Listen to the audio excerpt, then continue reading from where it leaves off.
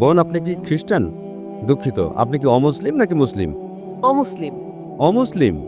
আমি খ্রিস্টান। খ্রিস্টান? হ্যাঁ, বলুন। আমার নাম ইন্না। আমি একজন প্রাইভেট কর্মচারী। আমি যা জিজ্ঞাসা করতে চাই তা হলো ইসলাম ধর্মের শিক্ষা সম্পর্কে আমার একটি সন্দেহ আছে। 5 ওয়াক্ত সালাতের বিষয়ে আমি সম্পূর্ণরূপে একমত। এটি সত্যিই আমাদের শৃঙ্খলাবদ্ধ করার জন্য, এবং আমার মতে এটি কিছুটা কঠিনও বটে, কিন্তু এটি ভালো। দ্বিতীয়ত, রমজান মাসে 30 দিন রোজা রাখাকেও আমি খুব ভালো বলে মনে করি। যে বিষয়টি আমাকে সন্দেহে ফেলে তা হলো বহুবিবাহ। আমার মতে বহুবিবাহ আমাদের মতো নারীদের জন্য অত্যন্ত ক্ষতিকর। যদিও বলা হয় যে এটা ইখলাসের সাথে করা হয়, আমার মতে এটিকে ইবাদতের নামে অন্য কোনো উদ্দেশ্যে ব্যবহার করা হতে পারে। তাহলে অন্য ধর্মে কেন বহুবিবাহ নেই? এবং আমার মনে হয় আমি ভাগ্যবান যে আমি একজন খ্রিস্টান নারী। ধন্যবাদ।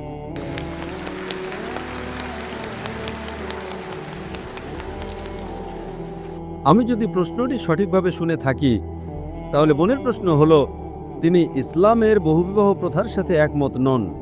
হ্যাঁ। অন্য ধর্মে বহুবিবাহ নেই, তিনি এটাই বলেছেন, তাই তো? হ্যাঁ। বোন, প্রথমে আপনাকে বলি, এই পৃথিবীতে এমন কোনো ধর্মগ্রন্থ নেই যা শুধুমাত্র একজনকে বিয়ে করার কথা বলে, একমাত্র কোরআন ছাড়া। আপনি একজন খ্রিস্টান, আপনি বাইবেলের যে কোনো একটা শ্লোক দেখান যেখানে শুধু একজনকে বিয়ে করার কথা বলা হয়েছে। বাইবেলে এমন কিছু নেই। এই পৃথিবীতে কোরআন ছাড়া আর কোনো ধর্মগ্রন্থ নেই যেখানে শুধুমাত্র একজনকে বিয়ে করার কথা বলা হয়েছে, একমাত্র কোরআন ছাড়া।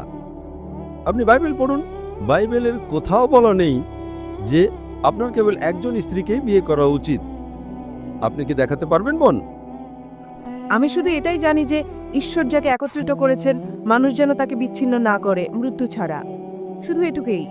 আমাকে তথ্যসূত্র দিন, বয়ান দেবেন না, প্রমাণ দিন। অধ্যায় নাম্বার, শ্লোক নাম্বার। আমি যেমন বলি, এফিসিয়েন্স অধ্যায় 5 শ্লোক 18 মদ্যপান করো না, প্রভাবস অধ্যায় 24 শ্লোক 1। আমাকে তথ্যসূত্র দিন, ব্যাস। বয়ান দেবেন না। বাইবেলের একটি মাত্র শ্লোক দেখান যেখানে বলা আছে কেবল একজন নারীকে বিয়ে করতে হবে। যদি জানেন বলুন, যদি না জানেন বলুন যে আপনি জানেন না। বয়ান দেবেন না। ঠিক আছে। বোন, আমি বাইবেলের একজন ছাত্র। পৃথিবীতে এমন কোনো হিন্দু ধর্মগ্রন্থ নেই, কোনো বেদ বা ভাগবত গীতার কোথাও বলা নেই যে কেবল একজনকে বিয়ে করতে হবে। পৃথিবীর বুকে একমাত্র ধর্মগ্রন্থ যা কেবলমাত্র একজনকে বিয়ে করার কথা বলে তা হলো কোরআন। আমি আপনাকে বহুবিবাহের উত্তর দেব। প্রথমে আপনাকে আমি সংশোধন করতে চাই। এখন আমি আপনার মূল প্রশ্নে আসছি।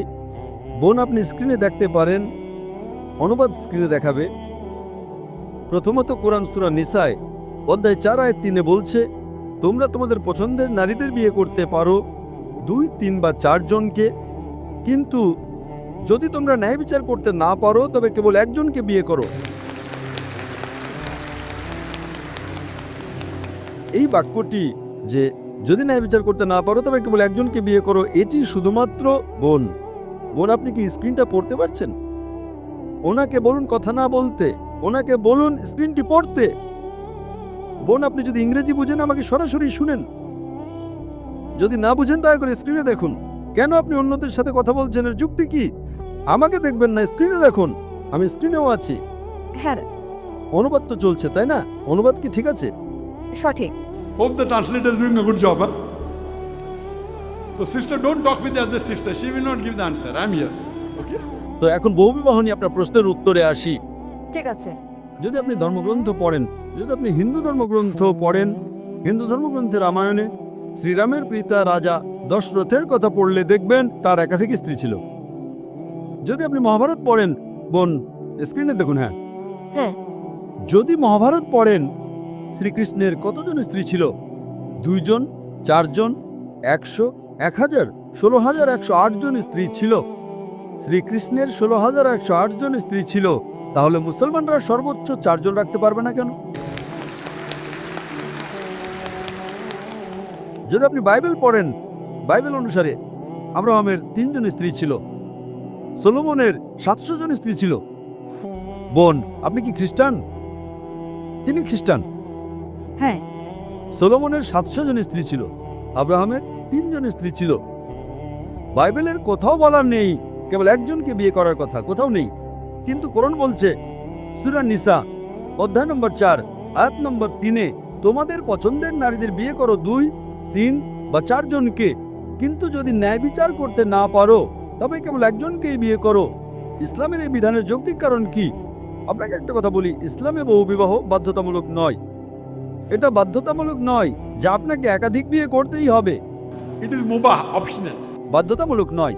কিন্তু যদি আপনি একাধিক বিয়ে করেন এবং ন্যায় বিচার করতে না পারেন তবে আপনি সমস্যায় পড়বেন। ঠিক। তাই আপনি যদি একাধিক বিয়ে করতে পারেন, কিন্তু আপনাকে আপনার স্ত্রীদের মধ্যে ন্যায়পরায়ণ হতে হবে। কি কারণে ইসলাম কিছু পুরুষকে একাধিক স্ত্রী রাখার অনুমতি দিয়েছে? আজকের বিজ্ঞান আমাদের বলে যে প্রাকৃতিকভাবে পুরুষ এবং নারী প্রায় সমান অনুপাতে জন্মগ্রহণ করে, কিন্তু আজকের চিকিৎসা বিজ্ঞান আমাদের বলে যে শিশুকন্যা শিশু পুরুষের চেয়ে শক্তিশালী, সে পুরুষের চেয়ে ভালোভাবে রোগের বিরুদ্ধে লড়তে পারে। এই কারণেই শৈশবে শিশুকন্যাদের তুলনায় পুরুষ শিশুদের মধ্যে মৃত্যুর হার বেশি। প্রথমে আপনাকে বলি যে আপনি পুরো পৃথিবী দেখছেন, আজ যদি আপনি বিশ্লেষণ করেন তবে দেখবেন শুধুমাত্র নিউ ইয়র্কেই পুরুষের চেয়ে 10 লক্ষেরও বেশি নারী রয়েছে। শুধুমাত্র মার্কিন যুক্তরাষ্ট্রে পুরুষের চেয়ে 40 লক্ষেরও বেশি নারী রয়েছে। শুধুমাত্র রাশিয়াতেই 1 কোটিরও বেশি নারী রয়েছে। তাই আল্লাহ সুবহানাহু ওয়া তাআলা জানেন যে সারা বিশ্বে পুরুষের চেয়ে কত লক্ষ নারী বেশি। তাই যদি আপনি আজ বিশ্লেষণ করেন, হ্যাঁ, এমনকি যদি আমি আপনার সঙ্গে একমত হই যে একজন পুরুষের একজন নারীকে বিয়ে করা উচিত, If one man should marry one woman, if I agree with you, তাহলেও নিউ ইয়র্কে 40 লক্ষের বেশি নারী থাকবে যারা পুরুষ সঙ্গী খুঁজে পাবে না। আপনি যদি আজ বিশ্লেষণ করেন, if you analyze today, চিকিৎসা বিজ্ঞানের দিক থেকে একজন শিশুকন্যা শিশুপুত্রের চেয়ে সুস্থ এবং সবল। জীবন চলার পথে যুদ্ধ, দুর্ঘটনা, মদ্যপানের কারণে যে মৃত্যুগুলো হয় তাতে নারীদের তুলনায় বেশি পুরুষ মারা যায়। ঠিক। তাই এর কারণে আজ ভারত বা অন্যান্য কিছু দেশে যেখানে নারী ভ্রূণ হত্যা এবং নারী শিশু হত্যা হয়, ভারতে নারীর সংখ্যা পুরুষের চেয়ে কম। কেন? কারণ রিপোর্ট অনুযায়ী প্রতি বছর 10 লক্ষেরও বেশি ভ্রূণকে গর্ভপাত করানো হয় যখন জানা যায় যে তারা নারী।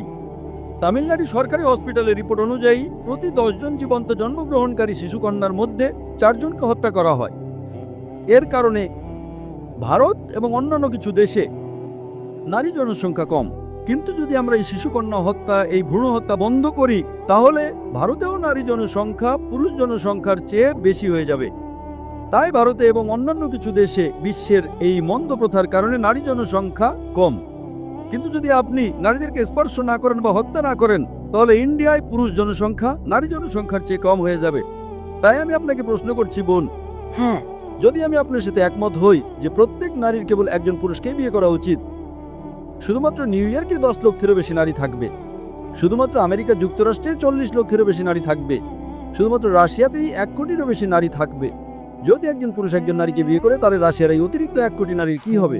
আমেরিকা যুক্তরাষ্ট্রের অতিরিক্ত 40 লক্ষ নারীর কি হবে? তাদের জন্য কি বিকল্প আছে? 2টো বিকল্প। তারা হয়তো এমন একজন পুরুষকে বিয়ে করবে যার ইতিমধ্যে একজন স্ত্রী আছে, অথবা তারা গণসম্পত্তি হয়ে যাবে। গণসম্পত্তি কত কঠিন একটি শব্দ! এটাই সবচেয়ে মার্জিত শব্দ যা আমি ব্যবহার করতে পারি বোন। তাই তার জন্য একমাত্র বিকল্প হলো সে হয়তো এমন একজন পুরুষকে বিয়ে করবে যার ইতিমধ্যে একজন স্ত্রী আছে, অথবা সে গণসম্পত্তি হয়ে যাবে। আমেরিকায় গণসম্পত্তি একটা সাধারণ ব্যাপার, খুবই সাধারণ। গড়ে একজন আমেরিকান পুরুষ একজন নারীকে বিয়ে করার আগে 8 জন ভিন্ন নারীর সাথে যৌন সম্পর্ক স্থাপন করে। সে বিয়ে করার পরে কতজনের সাথে সই তার কোনো পরিসংখ্যান নেই। তাই আমেরিকায় প্রেমিকা থাকাটা সাধারণ ব্যাপার। 2 জন, 5 জন, 10 জন, 20 জন, 30 জন, একাধিক আইনগত স্ত্রী রাখাটা গ্রহণযোগ্য নয়। কেন? এটা তাদের হজম হয় না। আমি জানি যে কোনো নারী তার স্বামীকে ভাগ করে নিতে চাইবে না, আমি এর সাথে একমত। কিন্তু যে কোনো ইসলামিক নারী যে উপলব্ধি করে যে তার আরেকজন বোন স্বামী খুঁজে পাচ্ছে না, সে তার বোনকে রক্ষা করার জন্য নিজের স্বামীকে ভাগ করে নিতে আপত্তি করবে না। তাই ইসলামে নারীদের রক্ষা করার জন্য কিছু পুরুষকে একাধিক স্ত্রী রাখার অনুমতি দেওয়া হয়েছে, অন্যথায় নারীরা শালীনভাবে জীবনযাপন করতে পারবে না। দেখেন, আজ ওয়েস্টার্ন কালচার যা নারীর অধিকার এবং নারী স্বাধীনতার কথা বলে, সেটা আসলে তার ভরণ পোষণ, তার ইজ্জতের অবমাননা এবং তার আত্মার অবক্ষয়ের একটি ছদ্মবেশ ছড়া, আর কিছুই না। শিল্প এবং সংস্কৃতির নামে তারা কি করছে? তারা আমাদের মায়েদের বিক্রি করছে, আমাদের কন্যাদের বিক্রি করছে। তাই ইসলাম নারীকে রক্ষা করে এবং হিজাবের পাশাপাশি একটি কারণ হলো কিছু পুরুষকে একাধিক স্ত্রী রাখার অনুমতি দেয়া, যাতে করে তারা নারীদের রক্ষা করতে পারে। তাই ইসলাম কিছু পুরুষকে একাধিক স্ত্রী বিয়ে করার অনুমতি দিয়েছে যাতে তারা নারীদের রক্ষা করতে পারে। এবং আরো বিস্তারিত উত্তরের জন্য আপনি আমার ভিডিও ক্যাসেট ইসলামের নারীর অধিকার আধুনিকতার নাকি সেকেলে দেখতে পারেন। আশা করি এটা আপনার প্রশ্নের উত্তর, বোন।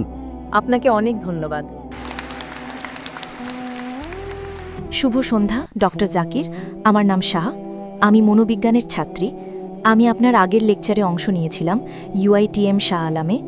আমি অবশ্যই বলবো যে আমি আপনার লেকচার খুব উপভোগ করেছি। আজও আমি আপনার লেকচার উপভোগ করেছি। আমার প্রশ্ন আগের লেকচার সম্পর্কে। আপনি বলেছিলেন বিশ্বজনীন ভ্রাতৃত্ব সম্পর্কে UITM শাহ আলামে। একটা সময়ে প্রশ্নোত্তর পর্ব চলাকালীন আপনি উল্লেখ করেছিলেন যে আপনি খ্রিস্টানদের চেয়ে বেশি খ্রিস্টান ছিলেন। এখন আমি নই, আমি যা জানি তা থেকে বলছি, একজন ব্যক্তি খ্রিস্টান হয় যদি তারা খ্রিস্ট ধর্মের দীক্ষা নেয় অথবা তারা যীশু খ্রিস্টকে তাদের ব্যক্তিগত রক্ষাকর্তা হিসেবে গ্রহণ করে, কেবল তখনই একজন ব্যক্তি খ্রিস্টান হয়।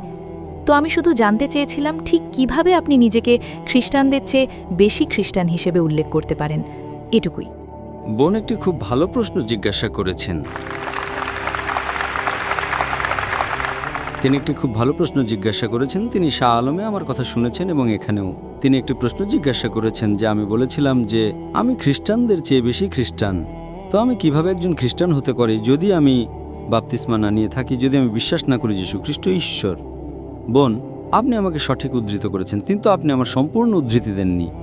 আমি খ্রিস্টানদের চেয়ে বেশি খ্রিস্টান বলার আগে আমি একটি বিবৃতি দিয়েছিলাম, যদি খ্রিস্টান মানে এমন একজন ব্যক্তি যিনি যীশু খ্রিস্ট আলাইহিসসালামের শিক্ষা অনুসরণ করেন, তবে আমরা মুসলমানরা খ্রিস্টানদের চেয়েও বেশি খ্রিস্টান।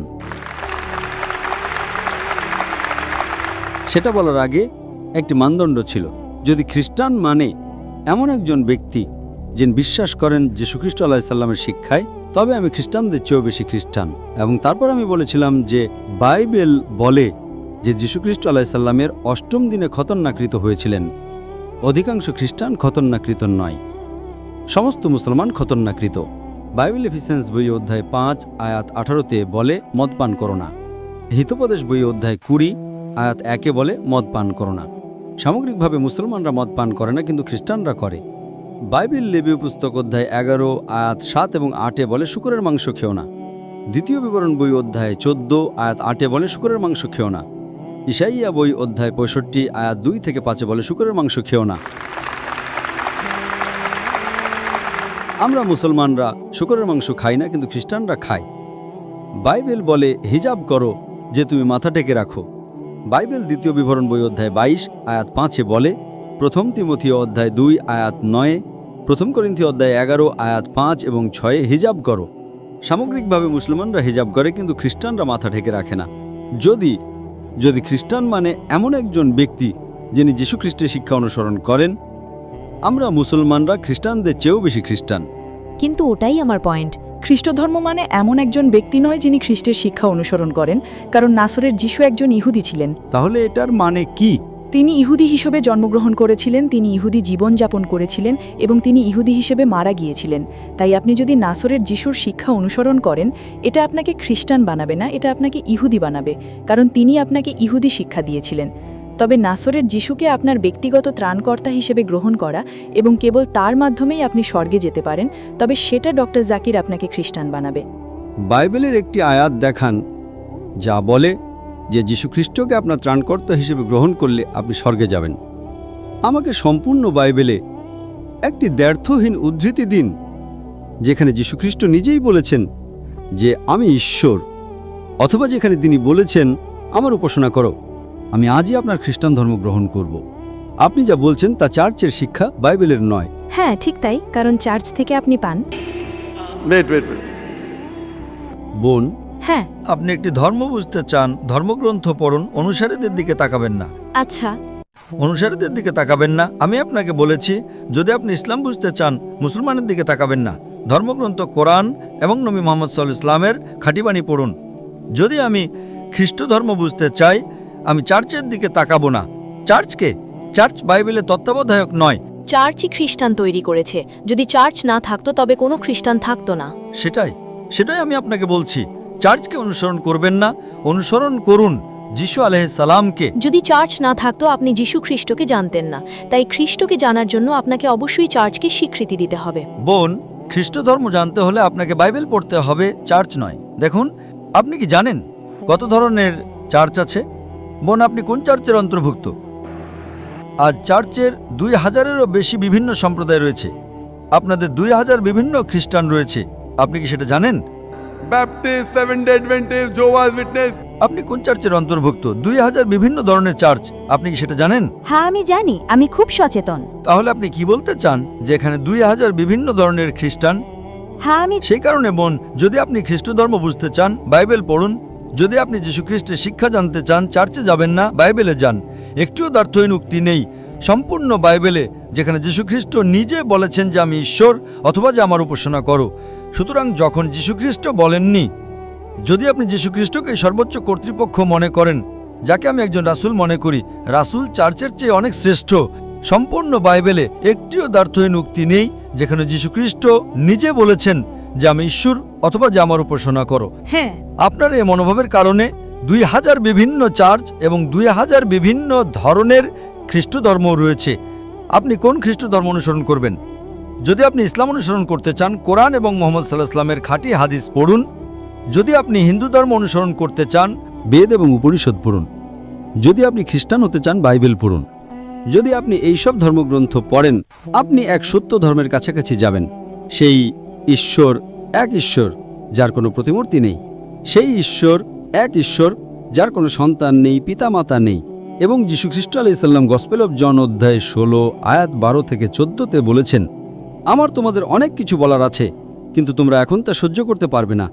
যখন সেই সত্যের আত্মা আসবেন, তিনি তোমাদের সমস্ত সত্যের পথে পরিচালিত করবেন। তিনি নিজের থেকে কথা বলবেন না, যা শুনবেন তাই বলবেন। তিনি আমাকে মহিমান্বিত করবেন। আচ্ছা, এখানে যীশু খ্রিস্ট আলাইহিস সালাম শেষ এবং চূড়ান্ত রাসূল নবী মুহাম্মদ সাল্লাল্লাহু আলাইহি ওয়াসাল্লামের আগমনের কথা বলছেন। তাই তিনি সবাইকে বলছেন শেষ এবং চূড়ান্ত রাসূলকে অনুসরণ করতে, কিন্তু আপনারা অনুসরণ করতে চান না। কারণ যদি সবাই শেষ এবং চূড়ান্ত রাসূলকে অনুসরণ করে, তাহলে কে চার্চকে অনুসরণ করবে? যীশু খ্রিস্ট কখনো বলেননি চার্চকে অনুসরণ করো। বাইবেলের কোন আয়াত সেটা বলে? বাইবেলের কোন আয়াত? তাই আপনাকে যা বুঝতে হবে, যীশু খ্রিস্ট আলাইহিস সালামের শিক্ষা পড়ুন। যে কেউ আপনাকে দূরে নিয়ে যেতে চায় যীশু খ্রিস্ট আলাইহিস সালাম থেকে, সে ভালো নয়। সেই কারণে আমি বলেছিলাম যে যদি খ্রিস্টান মানে এমন একজন ব্যক্তি যিনি যীশু খ্রিস্ট আলাইহিস সালামের শিক্ষা অনুসরণ করেন, আমি খ্রিস্টানদের চেয়েও বেশি খ্রিস্টান। যীশু খ্রিস্ট খতনাকৃত ছিলেন, আমি খতনাকৃত। এর মাঝখানে এখন চার্চের কি করার আছে? যীশু খ্রিস্ট বলেছেন ওল্ড টেস্টামেন্টের সমস্ত আদেশ মেনে চলো। ওল্ড টেস্টামেন্ট বলেছিল শুকরের মাংস খেও না, তবুও চার্চ বলে শুকরের মাংস খাও। আপনি কাকে অনুসরণ করবেন? কে শ্রেষ্ঠ, যীশু খ্রিস্ট নাকি চার্চ? সেই কারণেই যে কোনো ধর্ম বুঝতে ধর্মগ্রন্থ পড়ুন, আপনি সেই ধর্মের কাছাকাছি যাবেন।